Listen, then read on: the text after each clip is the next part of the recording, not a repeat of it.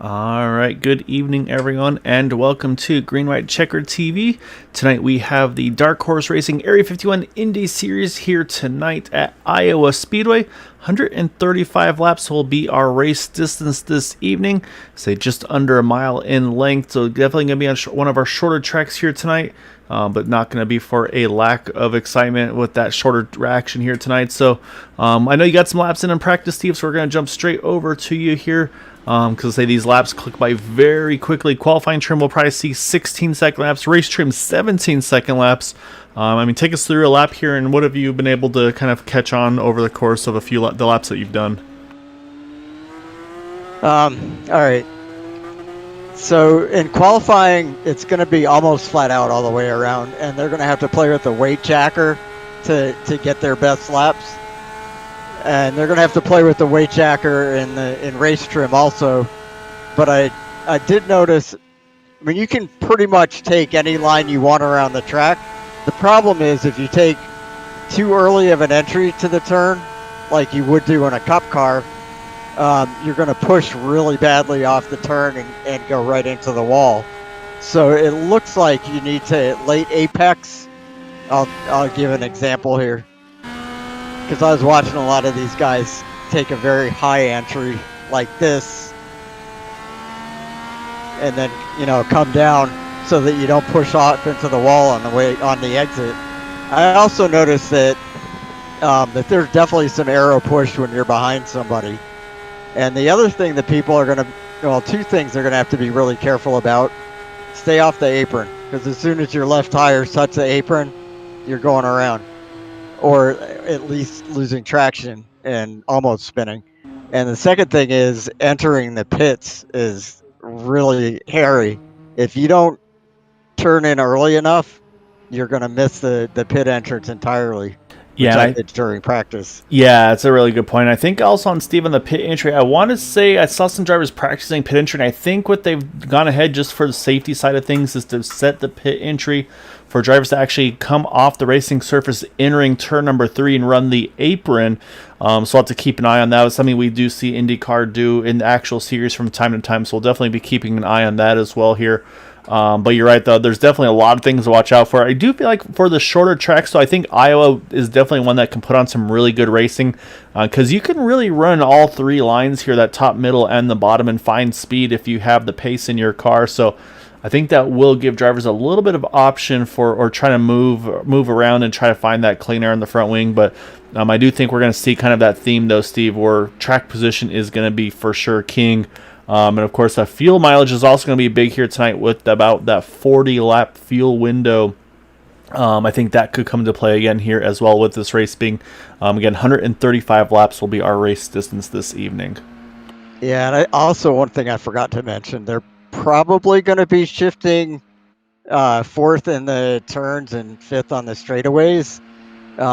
Maybe not in qualifying, but it felt like I had to do that in race trim. Although you can get away with staying in 5th gear, and just if you back off at the right time and play with the gas pedal right, you could get around here pretty good without having to go down to 4th. Yeah, it's going to be definitely something we'll be keeping an eye out for. So we do got to do, Steve, here before we get to qualifying, just about to complete. We got to pull up our point standings for tonight. And right now, our top 3 in the points all are here. It is a bit of a short field tonight, but our top 3 in the points are all here tonight. Nick DeGroot, Craig Forsyth, and Scott Rankin. So this could be a big night for them to kind of maximize the smaller field here tonight and try to get some good positions for them. Right now, Nick with an 18-point lead over Craig, 19 over Scott. So, again, 19 points separating our top 3. And then a pretty big jump back to Matt Wagner in 4th. There's 75 out. However, at the moment, does not look like he's here today, so he's definitely going to take a bit of a tumble in the points. Again, regular season point standings, no playoffs or anything like that. So I do believe all drivers get 1 drop week, this being race number 6 of 12, or sorry, race number 7 of 12, just completed 6 last week. So let's say we're starting to get to that second half of the season here. So those points and the bonus points and that drop week, I think, is going to start to weigh pretty heavily on some of these guys' minds here tonight. Yeah, definitely. And I think in a case like Matt's, I think he felt that he'd already kind of used up his drop week with one of the really bad races that he had. So I'm surprised that he's not here tonight. Yeah, not sure. Maybe something going on for him, but hopefully everything's okay. But definitely missing him on track here. However, we have just completed qualifying, so we're going to pull up our starting grid here tonight. On pole position is going to be that number 89 of Nick DeGroot with the 16,685. Then you got Jeff Heisung, Jim Herrick, Yari Brupacher, Craig Forsyth, our top 10. And then you got Alec Coates, Eric Peterson, Gary Corley. Steve, you're not racing tonight, sorry. But then you have Joseph Morales in 10th. Jack Gall's going to move up into that 9th spot on the inside lane with Scott Rankin in 12th. And then again, pretty small field here tonight. You got Jim Brooks and Thaddeus McMurray going to be our 13 drivers taking part in tonight. And I say we're going to mention a few other things here during the night tonight, Steve. So we won't do spoilers yet about that, but we're going to be talking about again kind of the family and friends and kind of the group that we have here with this league, kind of spotlighting one of our drivers, what he's got going on the back end. So definitely looking forward to being able to kind of share some of that info with you all here tonight as well.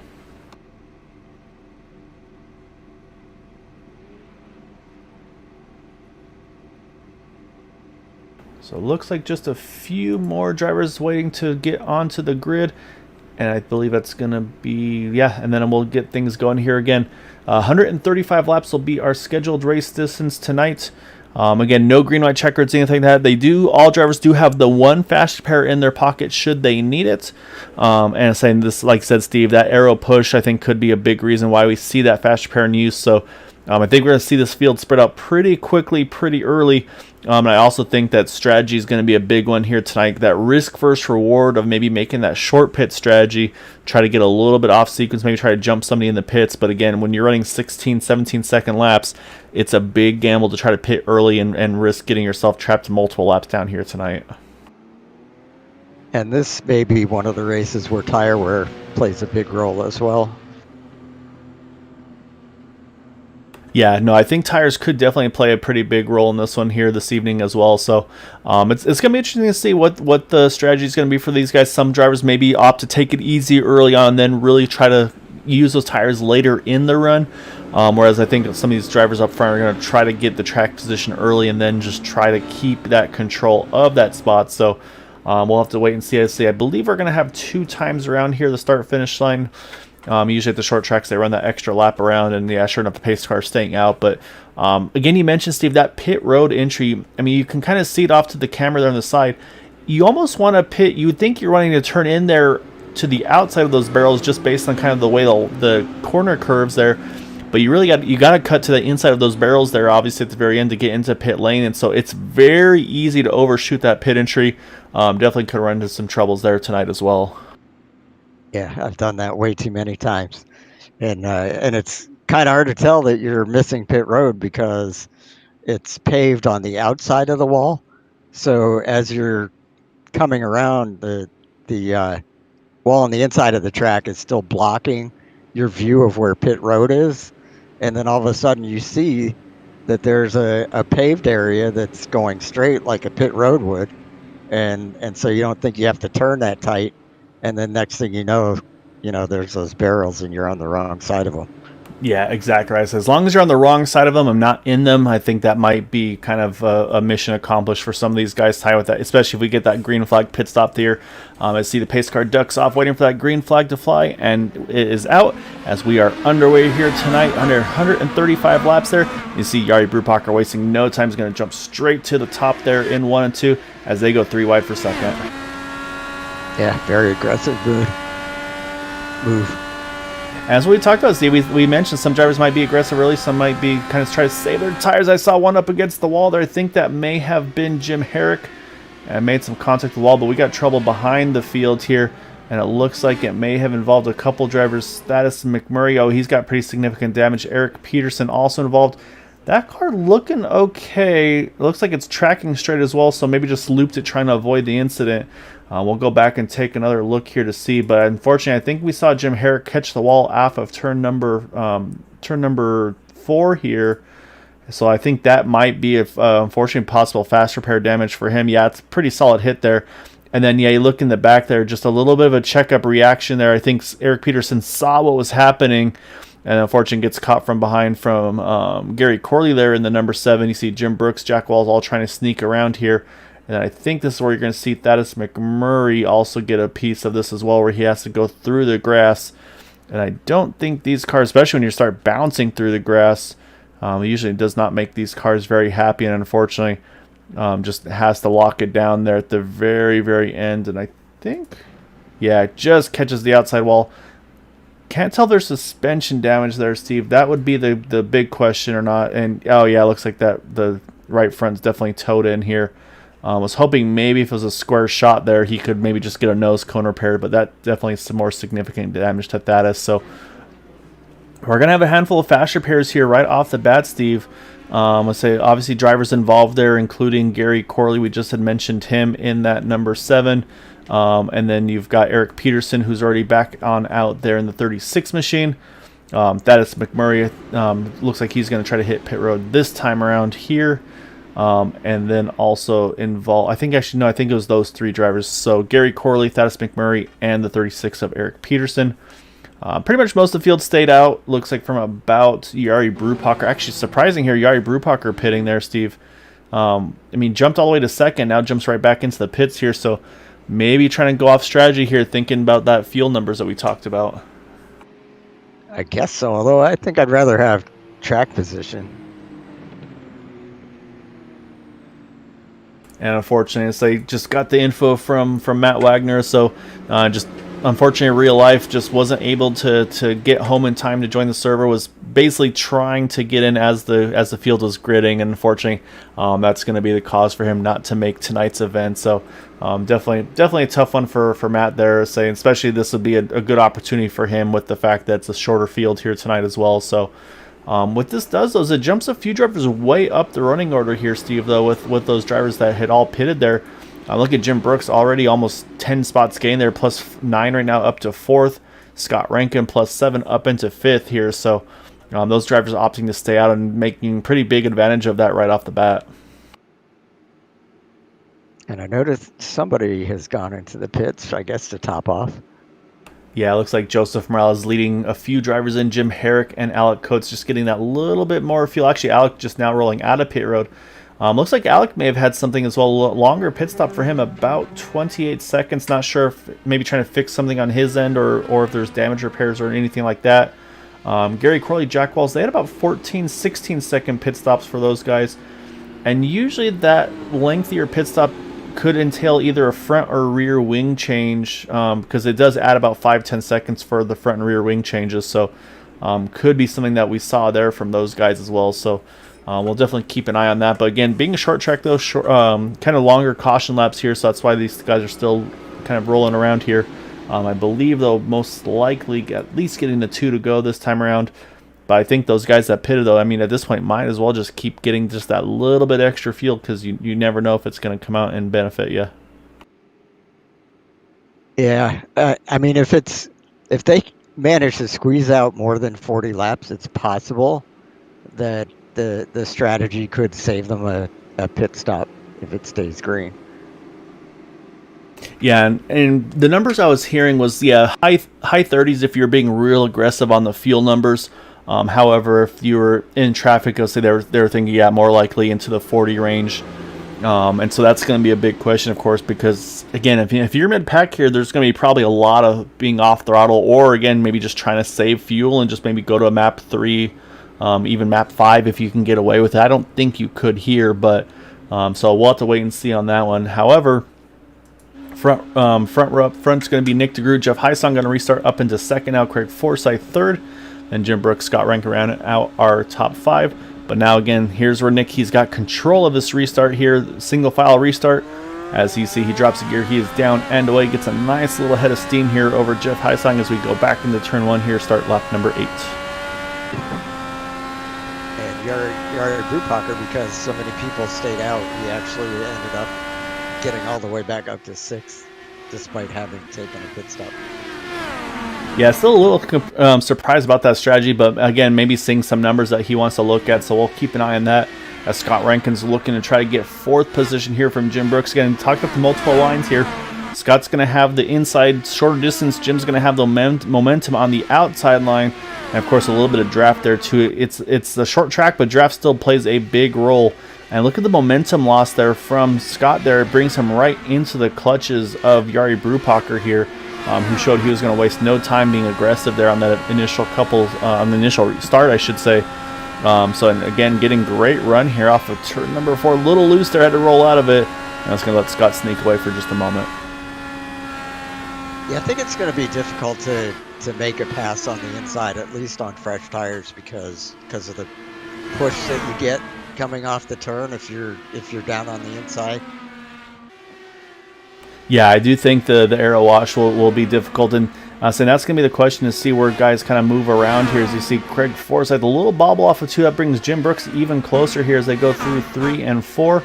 Again, right now these guys racing like they are 17-second laps here. So, I mean, let's hop on board here. We'll try to find. So we'll watch this battle here. Jim chasing Craig here. We'll hop on board and go through a lap here at speed, and just to show how quick everything's happening here at this track at Iowa.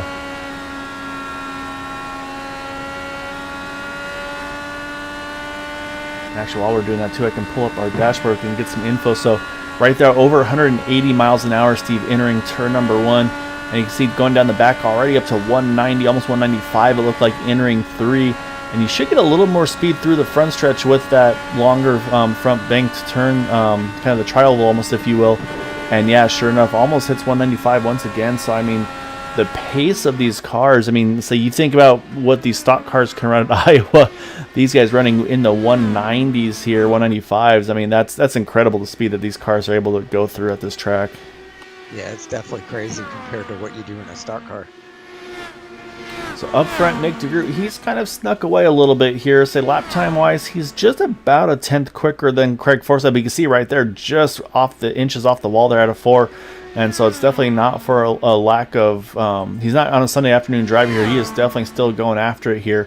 So he's definitely trying to get everything he can and maybe trying to build that gap over the field if he can, just basically make max advantage of that clean air.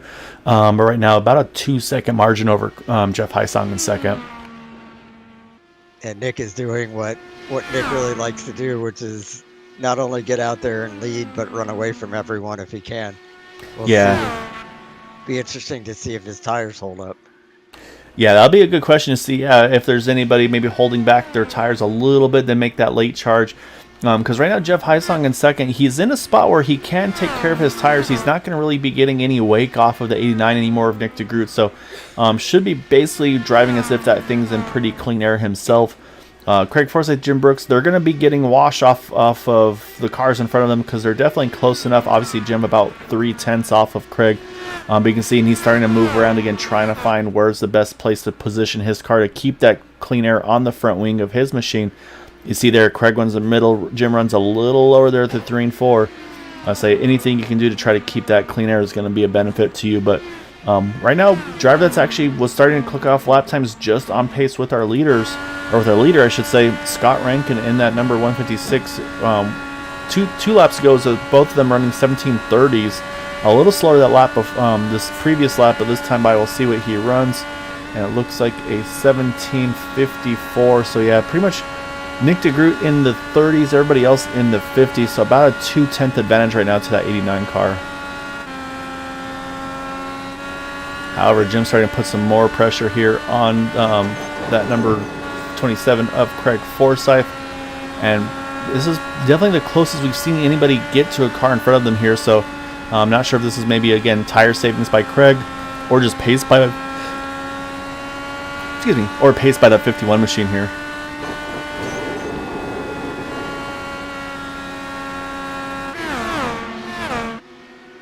I ran some in-car laps with Nick DeGroot, and he was taking a very high line through 3 and 4, and a slightly higher line than what I've seen most of these guys run in 1 and 2.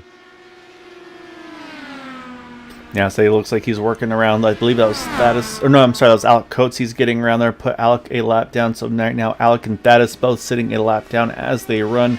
But like I mentioned, though, Steve, with Jim kind of closing up on Craig and kind of stuck there, it's really brought Scott Rankin right into the mix. So now you got 3 cars within about a second and a half of one another here. Actually, it looks like 3 cars within a second of one another now that I'm looking at it closer. So that's what's going to happen. Look at Scott there. Gets a huge run off of 4 here. He's going to take a look at the inside of 1 here. Again, keeping it clear on the front wing. Gets a good exit off of 2. Stays right tucked up behind that 51. And this is where you got to decide where you want to put your car here. And you see, like you said, Steve, Scott running a little higher than 3 and 4. Gets a great exit off of 4. You're going to take a look entering 1.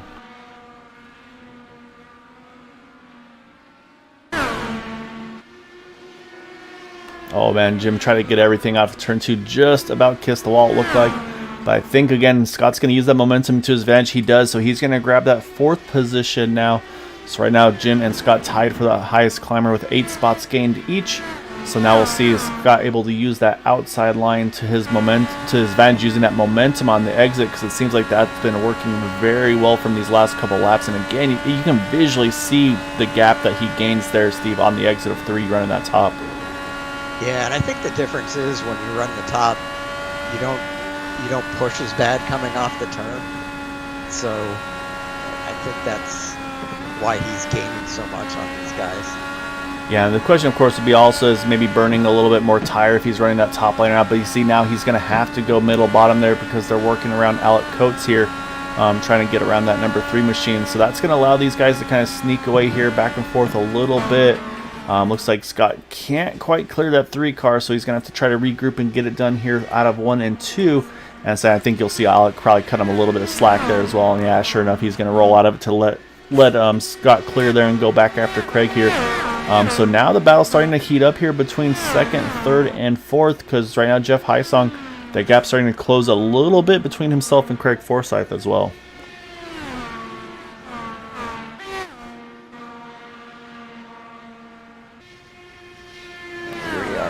Lap 33, so we're not too far away from when pit stops will probably start.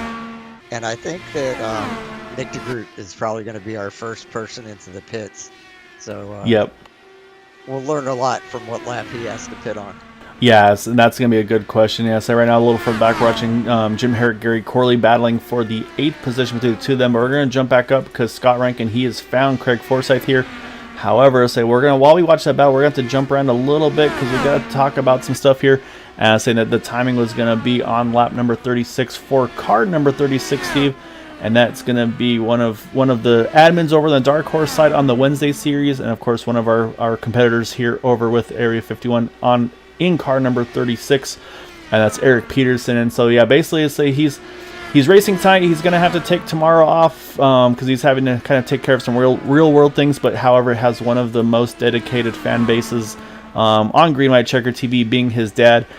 Saying so, unfortunately, his dad in the hospital right now, but still watching the race here tonight. So definitely wanted to give a shout out and hope for a quick and full recovery for you, Mr. Peterson, over in South Carolina. But did get some fun insights from Eric there, though, before the race. Sounds like basically when things kind of kicked off with them, kind of the kickoff for Eric's racing inspiration was through his dad. Actually got to do some kart racing from 82 to 88. And actually with his dad being his crew chief, they were able to win the Junior 4-Cycle Dirt Championship in 1984, and then the Indoor Circuit in 1985.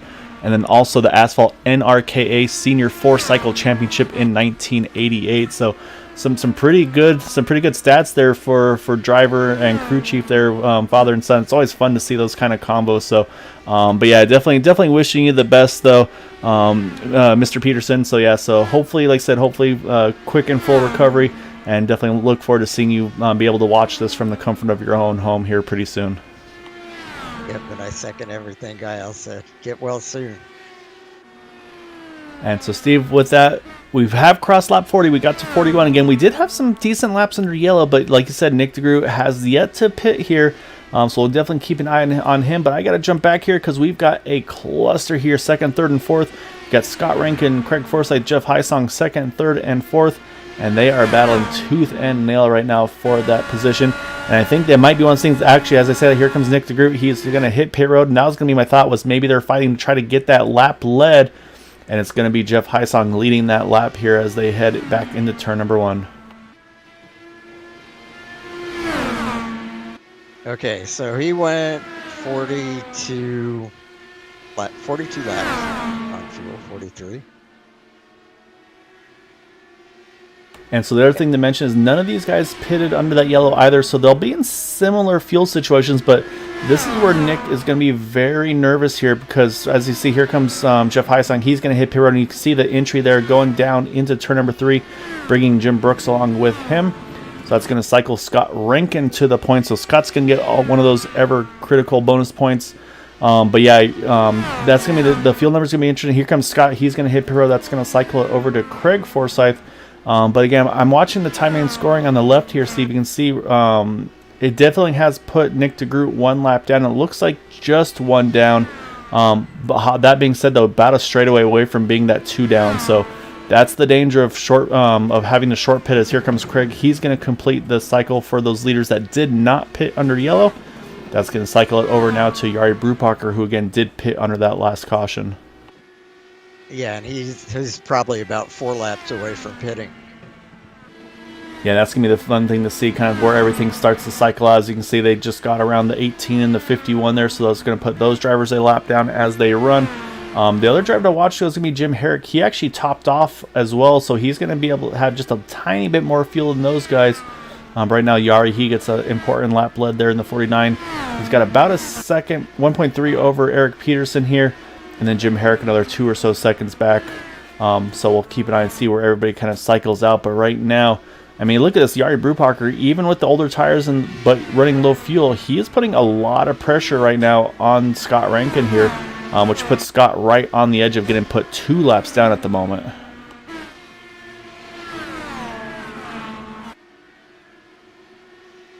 Alec Coates has just hit pit road in the number 3 as well.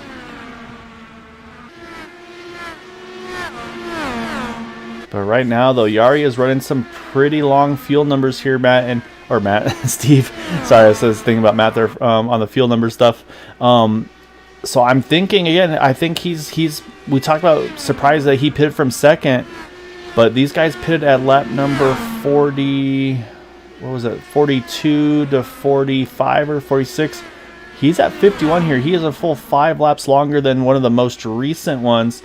And he's already now 10 laps further on field than our leader at the time of Nick DeGroot. So this is interesting. Depending on how this race plays out here, I think Yari's thinking definitely big picture here. And I think Eric Peterson's in a similar boat because he's still staying out. Right now, our top 5 have yet to hit pit road for their first stop here. Or first green flag stop. Yeah, all of them are going to be able to make the rest of the race on 2 more stops. Nick DeGroot is going to need 3, I think, if I've calculated things correctly. Yeah, that's going to be big. And say Jim Herrick, he's hit pit road in that number 40. So that leaves now 4 drivers: Jari, Eric, Jack, and Joseph. And again, those guys all did pit under that yellow. Again, one we need to mention those. Actually, Jim Herrick was the one that topped off. He's actually had to hit pit road already. As you can see, yep, here comes Jari Brupacher. He's going to hit pit road. He's able to get a stop there. He's going to bring Eric Peterson along. Was able to go just as far, getting just a little more mileage. 83 of Jack Walls. He's going to cycle through as the race leader. He's going to get a lap lead as Joseph Morales is going to cycle up into second. So Jack has really done a good job at stretching his fuel. Yeah, here he comes. He's going to hit pit road, come to 56. And then Joseph Morales, even better fuel mileage here, Steve. He's going to go another lap in that number 60 car. So he's going to get to lead a lap here in that 60 as well. And then things will cycle back over to Nick DeGroot. But you know Nick was sweating bullets for those about, I mean, that's almost 15 laps there, that the difference between when Nick pits and when these guys pit. So once he completes his pit stop here, we'll get the cycle reordered here and kind of give you intervals of where everybody is in relation to one another. But right now it's going to cycle back to Nick DeGroot as our race leader here. So those guys made so many laps on a tank of fuel. I'm going to modify what I said before. I think if Nick DeGroot focuses on saving fuel now, that he can make it on the same number of pit stops as the rest of these guys. But he's really got to focus on that. And I'm thinking he might be, Steve, because you saw right there, he just let Alec Coates by. And Alec pitted on lap number 47, so only 5 laps later than Nick. So I'm thinking that right there is probably Nick saying, like, seeing that, like, you know what, if I don't do this, then I'm going to be in big trouble. So I think that's what we see there. Looking at lap times, he's running a 17:88. This time 17:59. However, he's got 4 seconds to play with over Craig Forsyth, who's currently sitting in second position. And so let's do that. Actually, let's run through the field here real quick to go through our running order. So again, Nick DeGroot, our race leader, pole sitter, in first. Second place is Craig Forsyth in that number 27, +3 from his starting spot. Scott Rankin about a second back there in third. He is +9 from his starting position. Then we got Jeff Heisong in fourth. And then right now, Jari Brupaker rounding out our top 5. And that's a great stint for Jari as well, Steve. Again, going a lot longer than the leaders, but still cycling out in the top 5. So again, I think Jari is going to be one to keep an eye on if this race stays under green. In 6th, you got Jim Brooks, who is +7 from his starting position. And we mentioned a little earlier, Eric Peterson sitting in that 7th position where he started tonight. And then also one of those ones that ran longer with Jari there. Then you got behind him Jim Herrick that pitted on 52.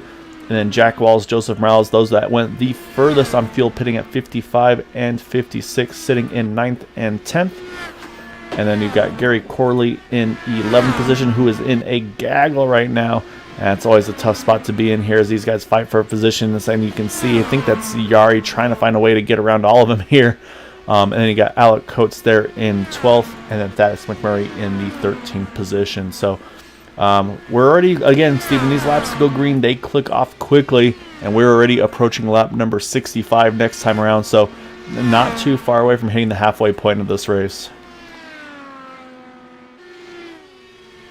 So let's see. I think I got the number of pit stops wrong, because if Jari stretches his fuel like he did on the first run, I believe that that might go to the end.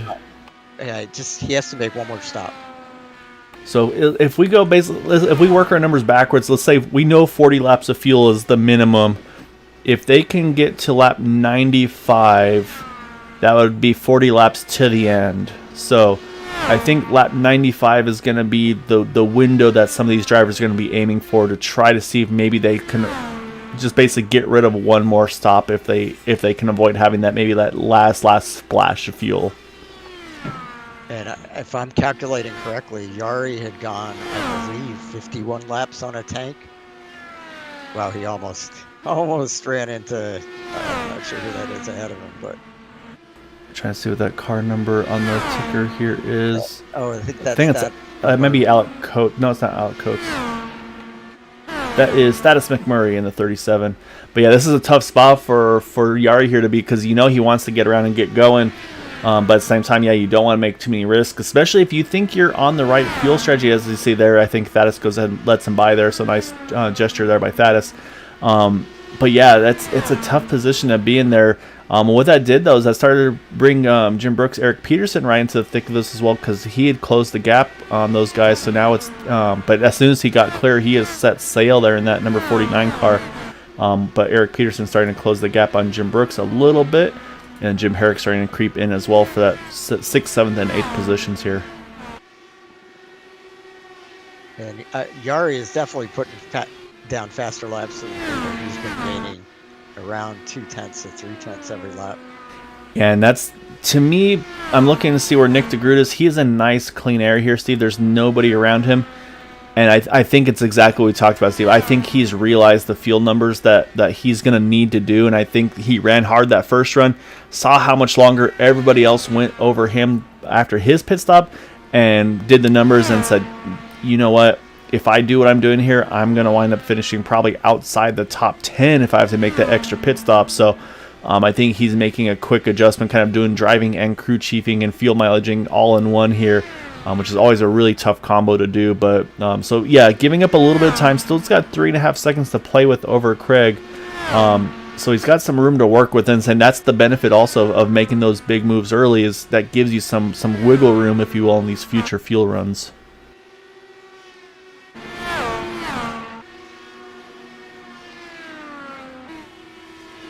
Okay, so Jari went 51 laps on the first run, plus he had pitted on lap 4, so it was lap 55 when he pitted. If you say he can get 51, that means he can go all the way to 106 before he has to pit again. And I think that's the call. I mean, I think at this point you run this car as far as you can, because again, if you get a yellow, you could trap a lot of contenders a lap or more down.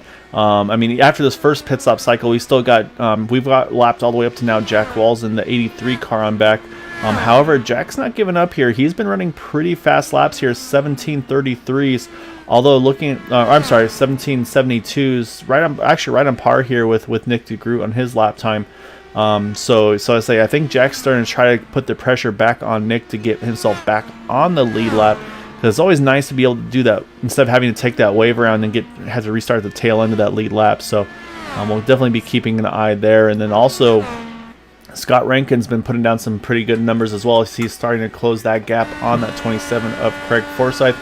Those two pitted within a lap of each other, so they should be in pretty similar fuel strategy here. And they're both closing in on Nick DeGroot. Yeah, so right now this is our top 3 in points here, Steve, running 1, 2, and 3. I think actually in the same order, or I know Nick's leading the points. I can't remember if it's Craig or Scott in second, but they were only 1 apart in that 27 and 156. So what Nick's got going for him is the fact that he's going to get the bonus point for the pole, bonus point for the most laps led at this point. I don't think that's going to go anywhere else. Scott Rankin, though, he's working on trying to be that highest climber award driver in that 156. So it kind of leaves Craig on the outside of the extra bonus point, if you will, compared to these two that are kind of getting the bonuses of the pole and then the highest climber. But Scott is on a move here. He's going to look underneath here, try to grab that second spot in turn number 1. All right, so the first segment, Nick DeGroot pitted on lap 43, so he went 43 laps on his first tank. If he was running as hard this time and not trying to save fuel, we would see him pitting in about 5 laps. So I'm curious to see how much farther he goes. That's a good point. Well, yeah, no, that'd be about right. Because I was going to say, well, we got to account for the yellow, but now that I think about it, yeah, I think you're right there, Steve. So that's going to be the big question is, yeah, how far can Nick go here? I think that also might be what we're seeing with Scott and Craig here. Is I think Scott may be feeling like, you know what, I think I'm in my window to make it to the end at this point in the race. So I think that's why he's turned the wick up in that 156 again.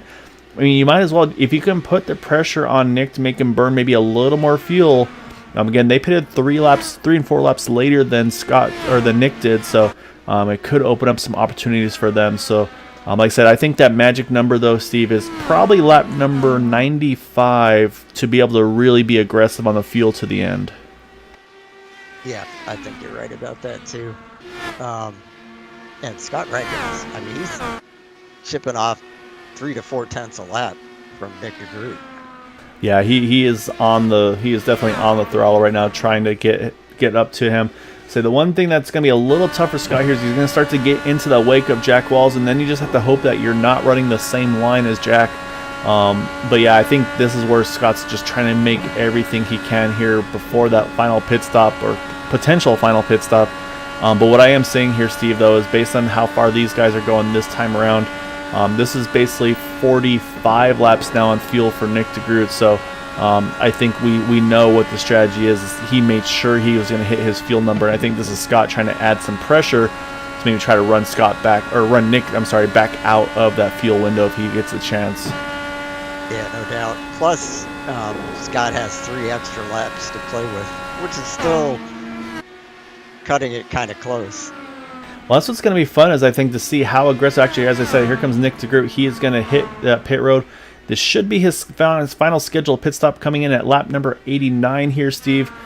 So again, he went from 42 to 89, so that's 45 laps, and we're at just about 45 to go. We're at 47 to go, so I think that is doable for him. So he's just going to maybe save a little more, and I think that's why you're seeing this aggression from Scott Rankin as Craig Forsyth actually hits pit road. I thought Craig would have been able to go further than Scott there.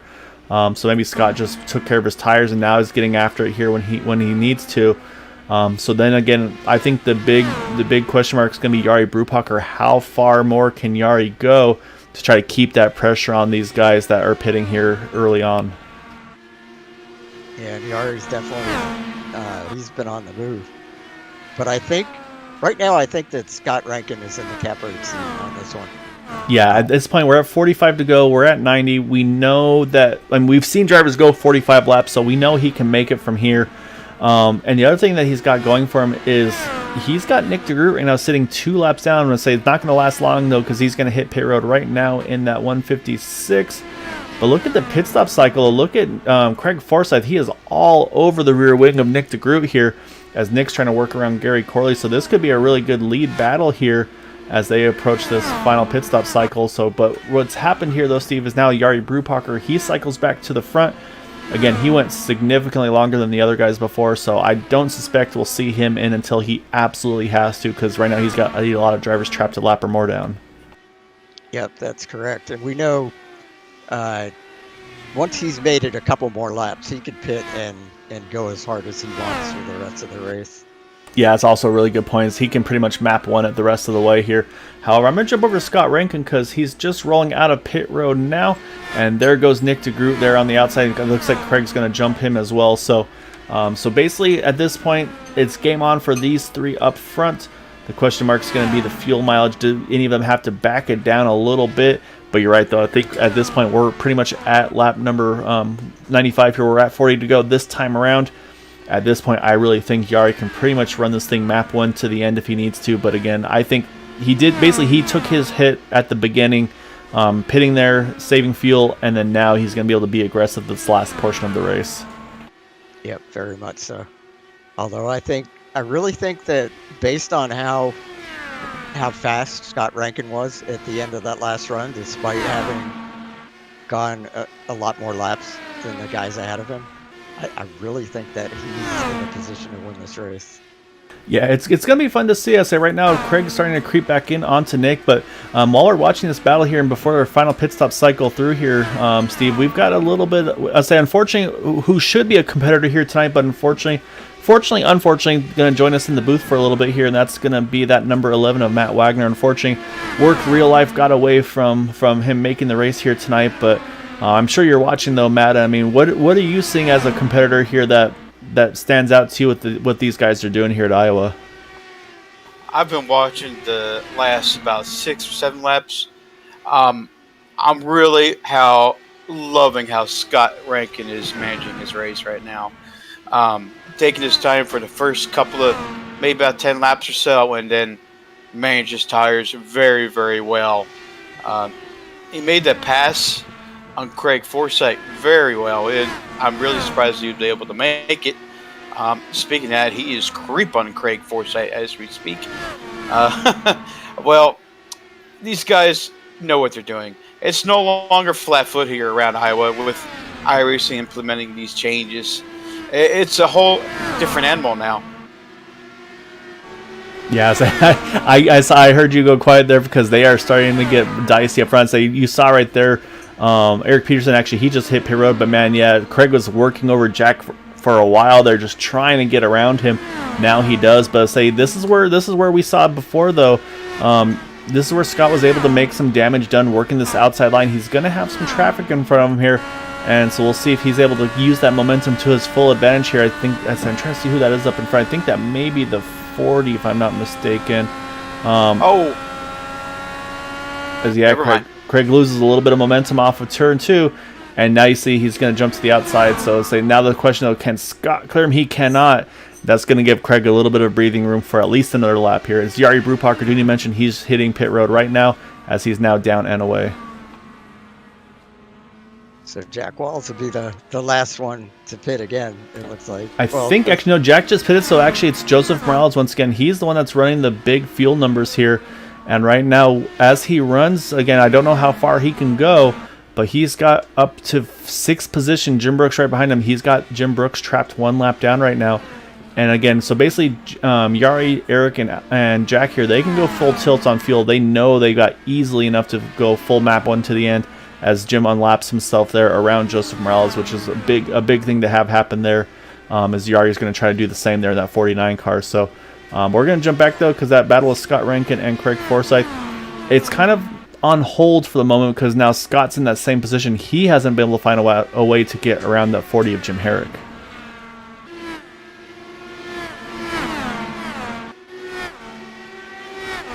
now Joseph Miles pits. So that's going to complete our pit cycle here. And I think at this point, Steve, I think we feel everybody's good to go to the end. The question, of course, is going to be how aggressive they can go to the end. But with some of this battling going on, though, it's really kind of shaking up who is where on track, as now Scott Rankin gets around. That's going to open up the door for him to try to set his sights back onto Craig Forsyth. As a good battle here right behind them, Jim Herrick, Eric Peterson. Right now, this actually is going to be the lucky dog battle. Both these drivers a lap down here as they go around Joseph, who just finished his pit stop. So this is going to be as important of a fight for these guys as it is for these fight up front for these leaders. I think now we'll get an idea of how much faster Scott Rankin might be. I was just looking at lap times here. Scott Rankin is 0.3 faster than Nick DeGroot right now at this point. Craig Forsyth is about 1/10 faster than Nick DeGroot right now. But right now, the fastest car on the racetrack is Scott Rankin. Yeah, and that's how it was at the end of the last run. Scott was 3 to 4 tenths a lap faster than Nick at the end of the run. That's my teammate. I gave him a little insider. I say the other thing that, I mean, the one thing that we really noticed here, though, is Scott is doing really, really well at running the outside line and just kind of rim riding in and building a ton of momentum. And that's actually something that is pretty tough to do because there's some pretty wicked bumps here at Iowa. And so you don't have a lot of recovery in case you hit a bump wrong, but he is doing a masterful job as, again, you can visually see the gap that closes as he gets closer and closer to Craig. As soon as he gets those exits, you can see that big bump there through the middle of 1 and 2. But it looks like, I think 3 and 4, if he can stay on that top line, that's where he really does his most damage on the exit. Yeah, I know all about that nasty bump in 1 and 2. It's when you hit it, it's probably going to propel your car straight in the wall. You have to be very, very careful. I know in a stock car, it's even worse. Yep. So right now, Craig is doing everything he can to keep that 156 at bay. We saw Craig even move up a little bit through 1 and 2 here. So I think trying to use that same line that Scott is. But again, you can see Craig's running about maybe about a groove lower than Scott has been. But the lap times are starting to kind of equal out a little bit. Last time I was a 67 for Nick, a 68 for Craig. And again, the pit window, they're all pretty much on top of each other now, with Nick pitting at 88, Craig 89, and then Scott, of course, going a little longer at 92. The question, of course, like I said, I felt like 95 was going to be like the magic number for when you could go and then kind of go full, maybe not full rich, but go pretty aggressive to the end. And that's where I go back again here. I'm going to jump to Yari Brubacher because he's jumped himself up into 5th, working over 4th Jeff Heisong here. And he's running, even in the traffic right now, he is in the 1750s, where these guys in front are in the 1760s and 70s.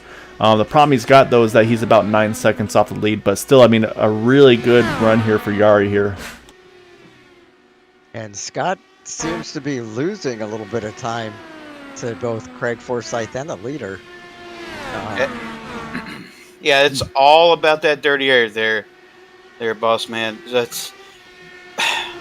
Once you get that dirty air in these cars right now, it's so hard to get that downforce you need on that front wing for able to get your car to turn. So right now he's fighting that, and right now he's trying to choose the opposite line of where Craig is running. Yeah, that's what I'm noticing. It seems like the groove is definitely starting to move up a lot more. I was watching the battle with Jeff Heisong, Yari Brubacher there as well, and I'll say Jeff also starting to run that middle to top groove as well. So it seems like the groove has really shifted upwards, and I think that momentum, I think that's been, these guys have realized, hey, we can keep a lot of momentum running this third lane here. As again, you see Craig running right at that seam, not the seam, but the dotted line there to start that third lane. Here he runs a little lower. And you can see actually right there, here's a great exit for Scott out of turn number 4. But again, to say, I think we're going to see Craig run that line that Scott wants to run, so he's going to have to cut underneath. But then he has to open up that wheel on the exit, and that's where it's costing him that momentum. They both have really gained on Nick DeGroot. Oh, here comes a battle for second right here, side by side, going into 1. Yeah, this is a big look here. Looks like we might have trouble in the back, but I see showing Jim Brooks. Yeah, off track though, so no yellow. Unfortunately, Jim Brooks, an incident off of turn number 2 down the backstretch. So we do stay green though. So that would have been a big break for Nick DeGroot to have a chance. And I think what Nick was fighting there was, looks like maybe trying to get around some traffic here. Just got around Gary Corley, now trying to work over Joseph Morales. So we'll watch the lap times once again, as right now Craig and Scott making pretty quick work of these guys. I see Yari going very slow in the racetrack. Is that a fuel management there? No, I think Yari's still up to pace here. He's working over Jeff Heisong, just hasn't been able to get by Jeff. Jeff's doing a great job running the outside line. And then that battle again, the Lucky Dog battle still. Jim Herrick, Eric Peterson. Jim still has it. Eric is trying for all he is worth to get it. But they can get there. It's just getting underneath, though, is another story. And that's where the issue is they can get there. They just need that whole track width to be able to try to complete that pass without making a huge slide job.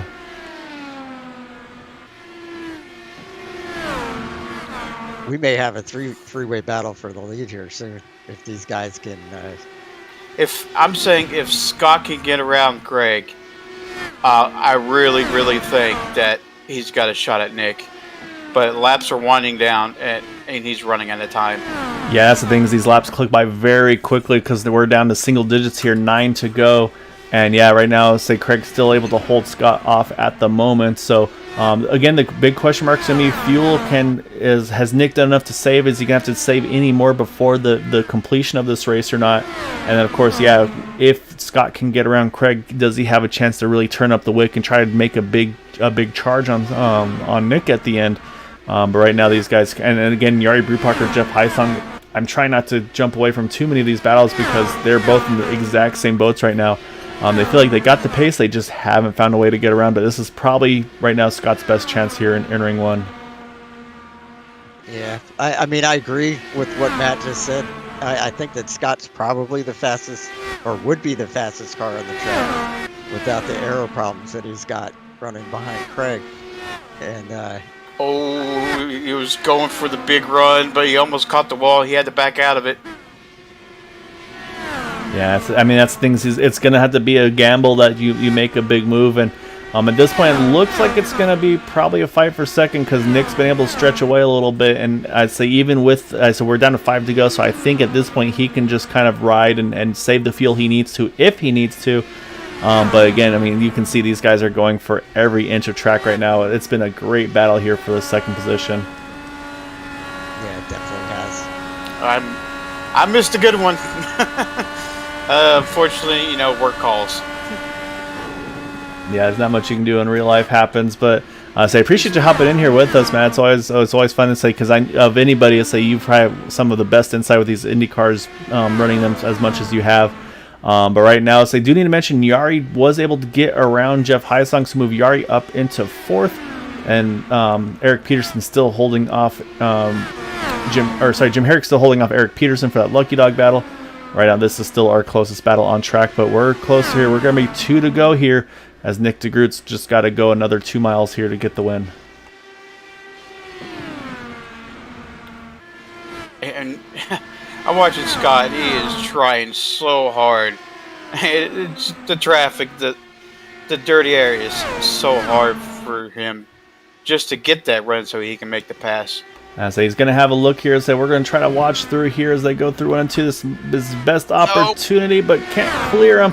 However, up front, though, it's going to be Nick DeGroot getting the win here tonight. He could coast at this point and get the win, so it's going to be Nick DeGroot getting the win at Iowa. That battle for second going to stay to Craig Forsyth, able to hold off Scott Rankin. And then up into 4th, Yari Brupacher worked the long mileage and was able to jump up to 4th. Jeff Heisong finishes in that 5th position, and then Jim Herrick, Eric Peterson rounds out our finishers there in 6th and 7th, 1 lap down. We'll say, actually, we don't have to tell you because we can pull it up and show you. But Nick DeGroot, though, see if he has enough fuel to celebrate the win here tonight while we pull up our results.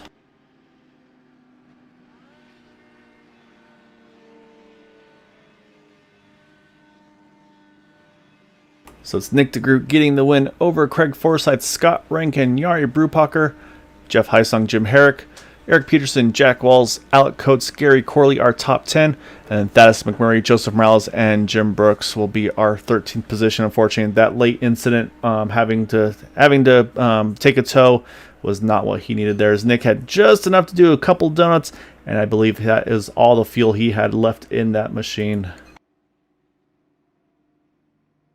So with that, we gotta start chatting with some drivers here. So it's gonna be one of those ones, I think, Matt, where it's and Steve, I say, where they're gonna be. I think Scott's gonna have had a lot of fun there, but I think there's also gonna be some frustration in his voice there. Just what could have been if he was able to find a way to get around that number 27 of Craig Forsyth. So let's find out what he has to say. So we're gonna grab Scott on in here, and Scott, by far the highest climber, gaining 9 positions, but I'm guessing that's really not what you're looking at tonight, because I mean the pace you had, especially on that long run, that thing seemed like it really kind of turned a switch there towards the second half of those fuel runs there. But then it was pretty much the Scott and Craig show, trying to fight for that second spot to just have a chance at Nick there. I mean, just take us through that battle between you and Craig. Look, I think the battle, Craig let me have it in the second and last fuel run there, but I'm actually really annoyed with myself. I think I threw that one away tonight. I think I was better on tires, better on grip than both of the guys that were ahead of me. I think I had the fastest car in the long run, hands down, which, I mean, at the end of the day, you can sit here and say, yeah, look, I'm frustrated with the P3, but to come out into a league of this quality and sit down and go, I'm frustrated with the P3, like... I was really struggling for pain tonight too. I broke a finger over the weekend, so... Yeah, we were discussing it actually about just before I hopped in the booth here. You should not be frustrated with the P3. For the driver your caliber, I'm frustrated with the P3 because that should have been a win tonight. I really feel as if I shouldn't have shown my cards to Craig. Like there's 2 ways to look at this. You can say, yes, I'm frustrated. Yes, I'm upset. Yes, I'm disappointed with the result.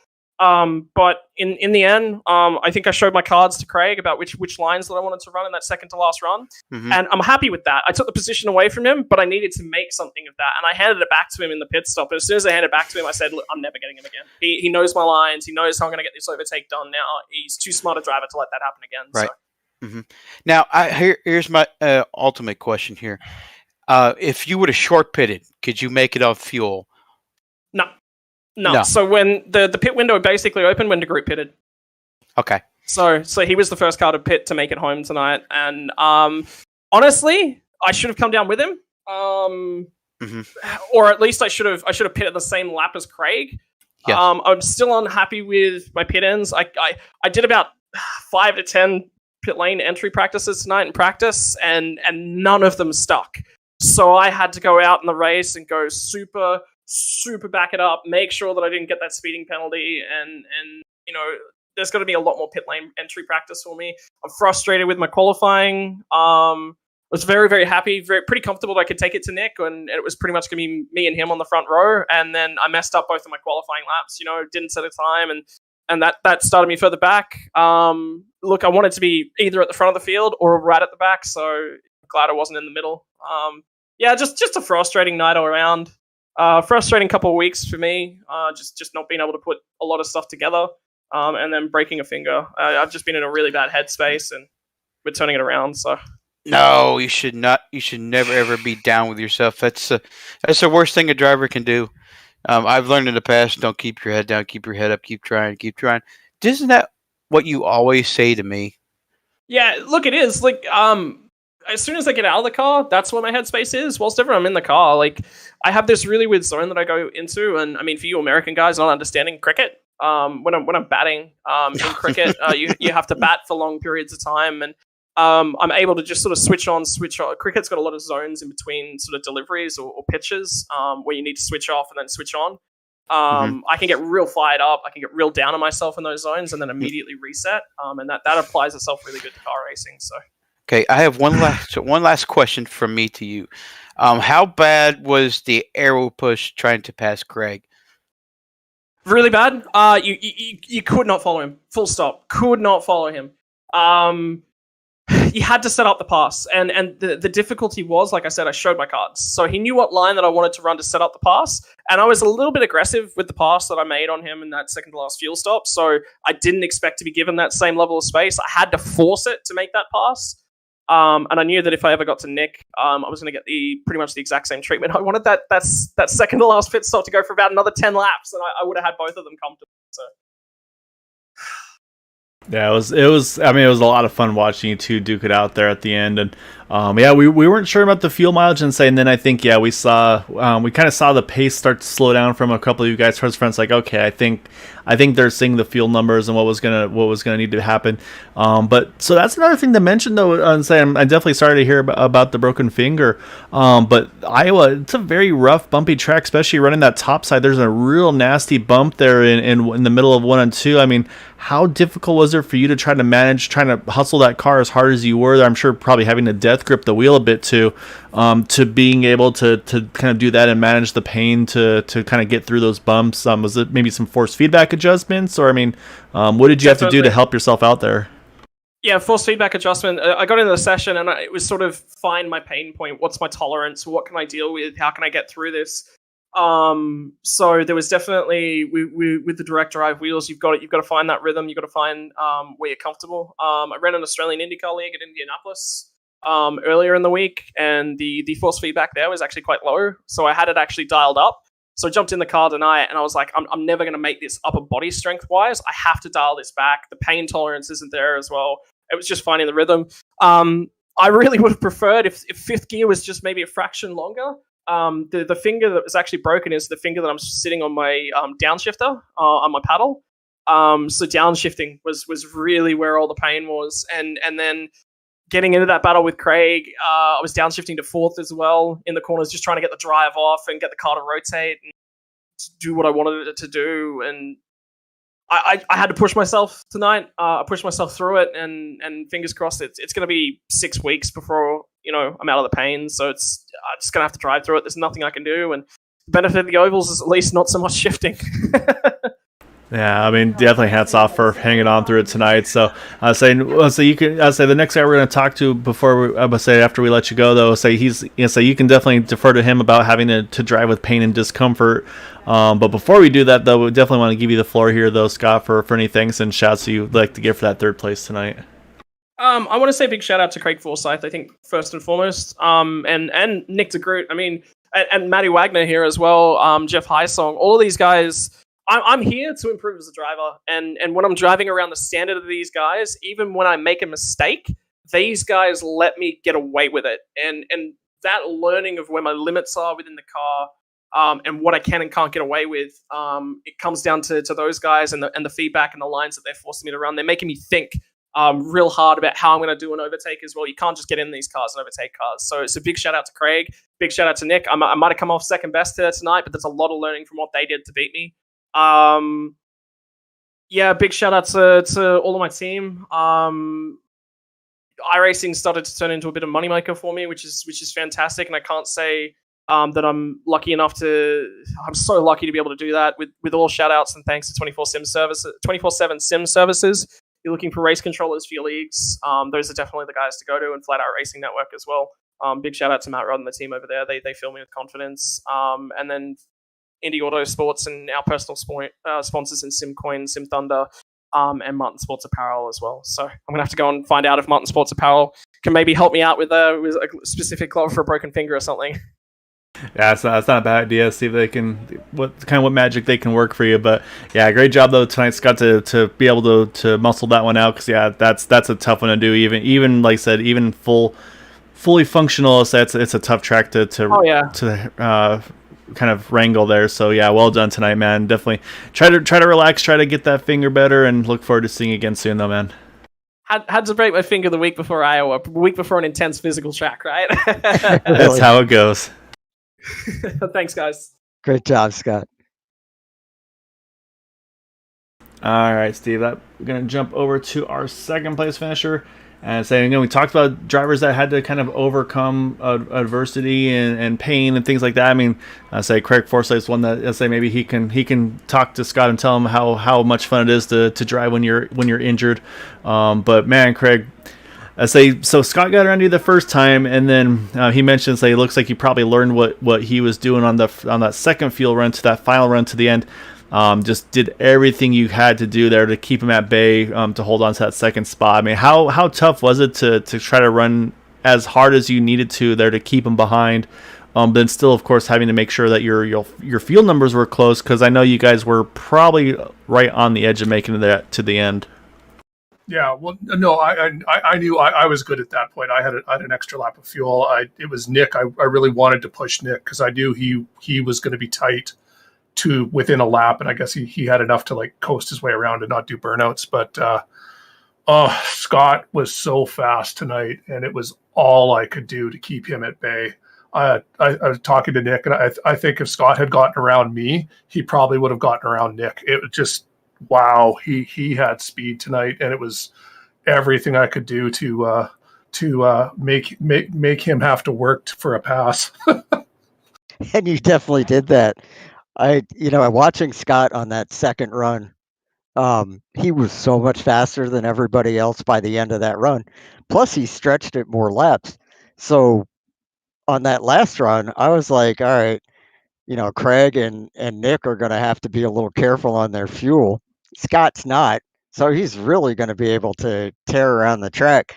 And when he caught up to you, I felt like he definitely had the faster car, but whatever you were doing just made it impossible for him to get the kind of run he needed. Yeah, I mean, he closed up. I think he was 4 seconds back at one point, and he closed up onto my back in I think 15 laps. It was ridiculous. So I knew if he got by, it was unlikely I was getting by him again. And I'm not comfortable at Iowa. It's not a track that I drive particularly well. I mean, I can drive consistent laps, but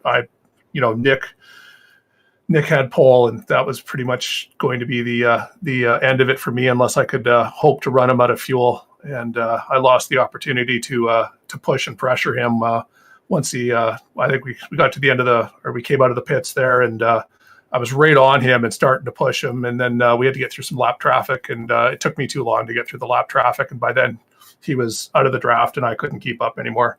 At that point, he was just basically watching watching the gap and only using as much fuel as he needed to make sure he stayed ahead of me. Yeah, it was definitely some big strategies. Say we were also closely watching Yari towards the end because he went super far over the course of that run, and that was the other thing that we were talking about was kind of what the strategy is going to be, who would be able to make it, how far, things of that nature, and say Yari going to about 102.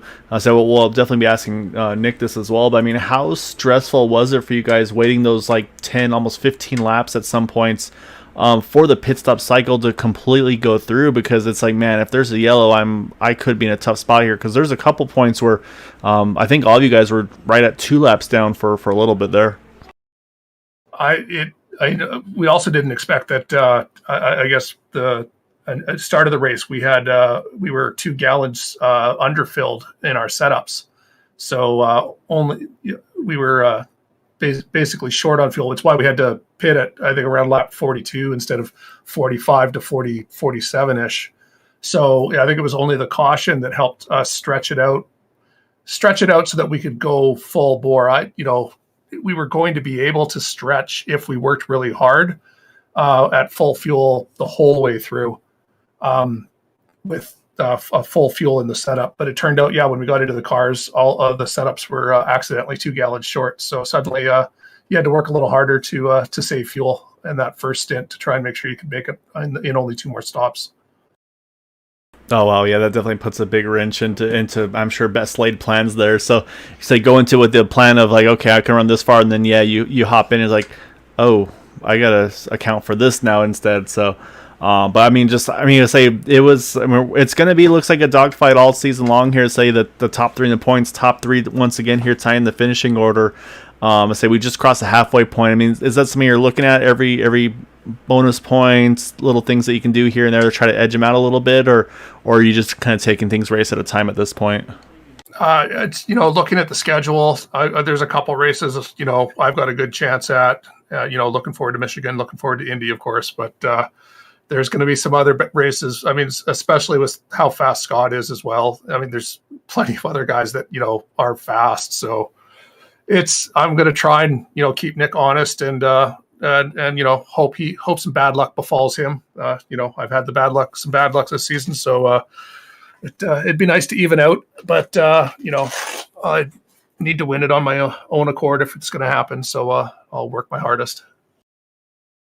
All right, Craig. Well done tonight, man. It was a great fight between you and you and Scott. Those final 15, 20 plus laps there. So go rest up. I'll say it was a lot of fun watching. Like I said, I'm sure that was a tough one to have to fight that hard for that long, caution free as well. So yeah, great job tonight, man. Enjoyed that one and look forward to seeing you again soon, man.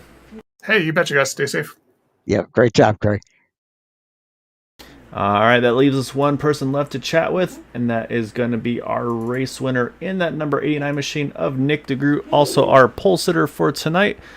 I'd say kind of checks off a bunch of the marks there, though, Steve. Say get the pole position, lead the most laps, get the win. I'll say it's pretty much all you can do for a max points night tonight. But say something. I'll start off with something I asked Craig though, because you were one of the first that had to hit pit road a couple of those times. How much were you sweating bullets there at a couple of those points when you see drivers like Jari Brupacher running so long on fuel there, and you're just like, man, please no yellow, please no yellow, because I mean that could really put you guys in a big hole if things went the wrong way there. Oh yeah, that was really intense because I was right at the edge of the pit window every time I was pitting, and those guys like Jari that were going very long.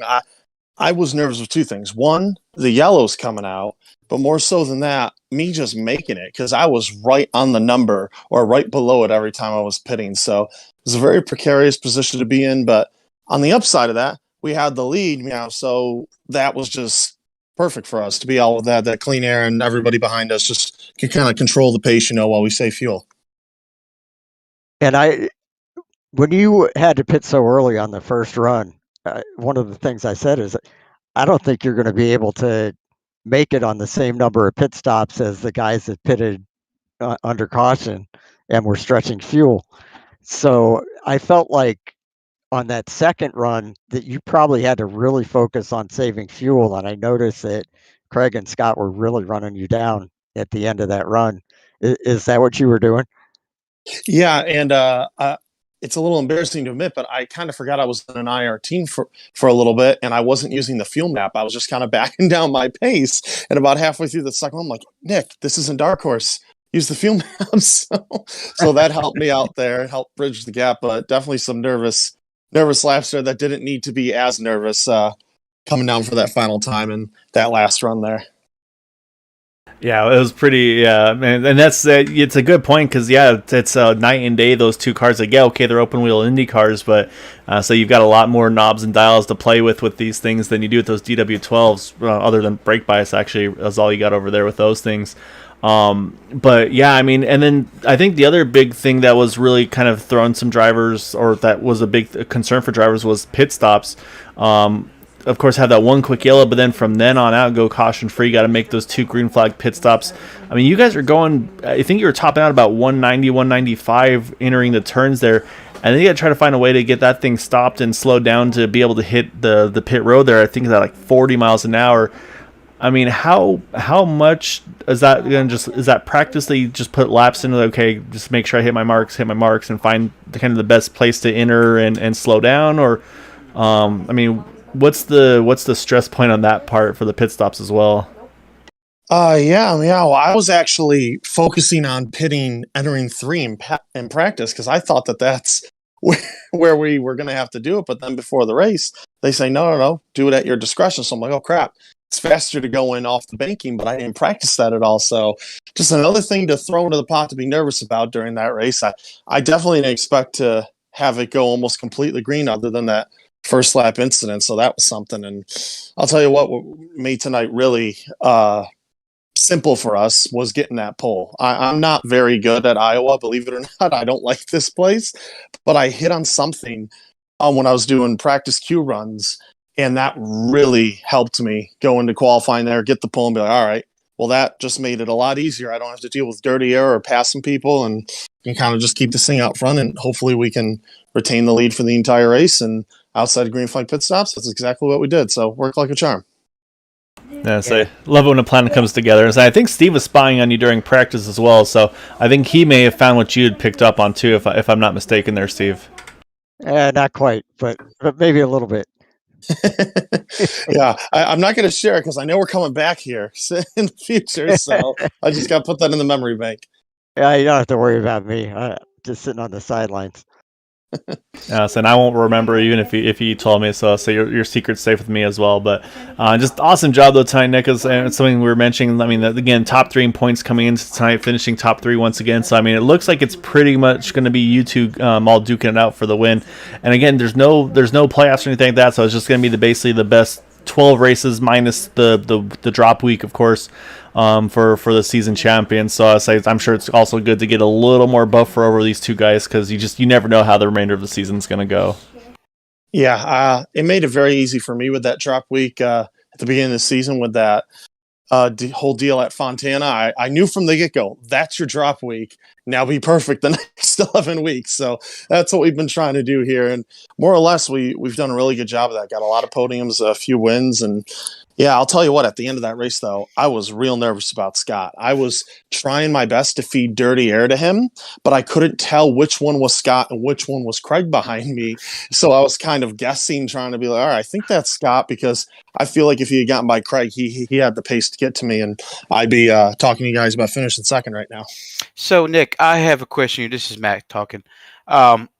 So how do you feel about the setup this week? It's a little bit different than iRacing, has done with these cars here. The last short track we ran was quite a bit different. Now this week it is no longer pretty much flat foot, put your foot to the floor all the way around. Now what iRacing has done is put a little bit more downforce into the car, but it makes it a little bit more of a handling racetrack now. So what are your thoughts on that? Oh, yeah, absolutely. I fully expect this to be a very different race. Like, obviously, clean air is always going to be key in IndyCar, especially at tracks like this. But I love the fact that there was no perfect line. You could run the bottom, you could run the middle, you could run the top, you could run the bottom in 1 and the top in 3. It was really interesting to have all those possibilities available. And throughout that race, I was trying every single one, and I wasn't quite sure which one I wanted to stick to, especially as the tires wear off. You kind of transitioned around the track from top to bottom and vice versa. So that was really interesting. I like that. I think it made it a much more interesting race than Iowa normally is. Now there's a big bump in 1 and 2. Did you happen to find that bump a couple of times a little bit difficult for you? Yeah, I was aware of that bump beforehand, and every time because I hit it a couple times, and every time I knew I was going to hit it, I kind of prepared myself for it and rolled over it. I didn't gas it up because that'll bounce you right up into the wall. But going through lap traffic, I kind of utilized that because I knew nobody was going up there to just kind of get through the corner easier and set up for turn 3. But yeah, it's another interesting thing about this track. That weird bump up top in turn 1 will definitely catch you out if you're not paying attention. Well, I first off, I'd like to congratulate you on your win tonight. It was very good job sitting here watching, but too bad I wasn't on the racetrack. I probably would have given a run for your money. I love the fact that handling is a key here at Iowa now, and it's more of a driver's racetrack. That thing there is just 100%. I really applaud our iRacing for that. Yeah, it would have been hell of a battle. Absolutely. I missed you, Matt, so I'm looking forward to having you on the track again next week. Oh, likewise. I'll turn it over to these guys. They know what to do better than I do. I think we quizzed Nick all we could there. So but before we let him go, like I said, I know you got some really good associates on that car. And like I said, a lot of people that help you out to get to this point. So definitely want to give you the floor here, Nick, for any things, shout outs you'd like to give for being able to get this win here tonight. Yeah, as always, thank you everyone at Factory Back Motorsports, motorsport.com, CoveyMoore.com, BlazePod, Wegmans, Degree Automotive, U-Haul and Detailing, and of course, Cowboy Shit. And I'm looking forward to Kentucky next week, back to the mile and a half. So that should be an interesting one. It's a mile and a half, but it's bumpy like this place, so it should be good. Yeah, I'll say it's the wrong schedule for Scott after his mishap, but yeah, great job though tonight, man. Enjoy this one, and say yeah, go get ready for some more bumps next week. Absolutely, thank you guys. Congrats on the win, Nick. Thank you. All right, so that is going to do it for us here tonight. So, Steve, as always, really want to thank you for being able to be a part of this. And Matt, like I said, definitely sorry that you weren't able to make the race tonight, but really appreciate you hopping in and being able to kind of give us some of your, like I said, some really good insight because you know these things inside and out. So, definitely big thanks to you for being a part of this. And of course, like I said, really want to thank everybody that's supporting us here on Green White Checkered TV. But again, I also want to go back though, and definitely want to mention once again though, for those that maybe didn't catch earlier, for still thinking of you, Mr. Peterson, and say Eric's going to be going to visit his dad there. So, like I said, hope you have a quick and full recovery. I say everybody here at Area 51, Dark Horse, Green White Checkered TV, all around to say we're all thinking of you and definitely hope for a quick and speedy recovery. So, look forward to hoping, like I said, hopefully be able to start watching these races again from the comfort of your own home here very soon. Just being in a booth with Steve here, it is even more of an honor. Just to have been privileged to call a race with Steve. I thank you for guys letting me have you guys here. It's an honor and a privilege. I'm looking forward to Kentucky next week. It's going to be a blast. I'm already working on the Richmond setup. That's going to be a blast too. That's another short track we're headed to. I'm really looking forward to that one as well. Yeah, I enjoyed the race, guys. It was very good. Enjoyed having you in the booth, Matt, and you asked a lot of very insightful questions that definitely were educational to the people watching and to us as well. I've been driving these cars for so long. It's not even funny. It seems like sometimes you need a break from it a little bit. I know, Gaio, sometimes you think about that for a little bit sometimes. But a break from it feels pretty good. Just watching these guys race. It was a lot of fun. Yeah, so I'll say we got plenty more racing to come this week, though. We'll be back on Thursday for the Super Speedway Truck Series. To say Matt should be hopefully back behind the wheel of those. Hopefully grab Brandon back in the booth with me. And, of course, back on Sunday for the Super Speedway Xfinity Series as well. So until then, hope you all have a wonderful evening. As always, if you can, of course, try to stay safe. Until next time, though, have a good night. Take care, and we'll see you next time. Night, everybody, and always great to do this with you, Gael.